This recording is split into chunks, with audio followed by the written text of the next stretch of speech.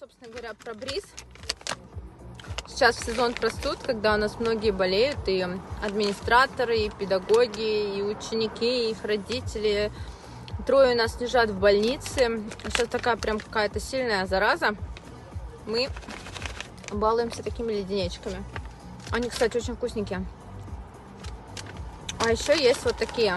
Но они прям ядреные, как ангард. Кто пробовал ангард, можете представить. Меня не хватает. Я их где-то раза за 3 употребляю. Но они классные.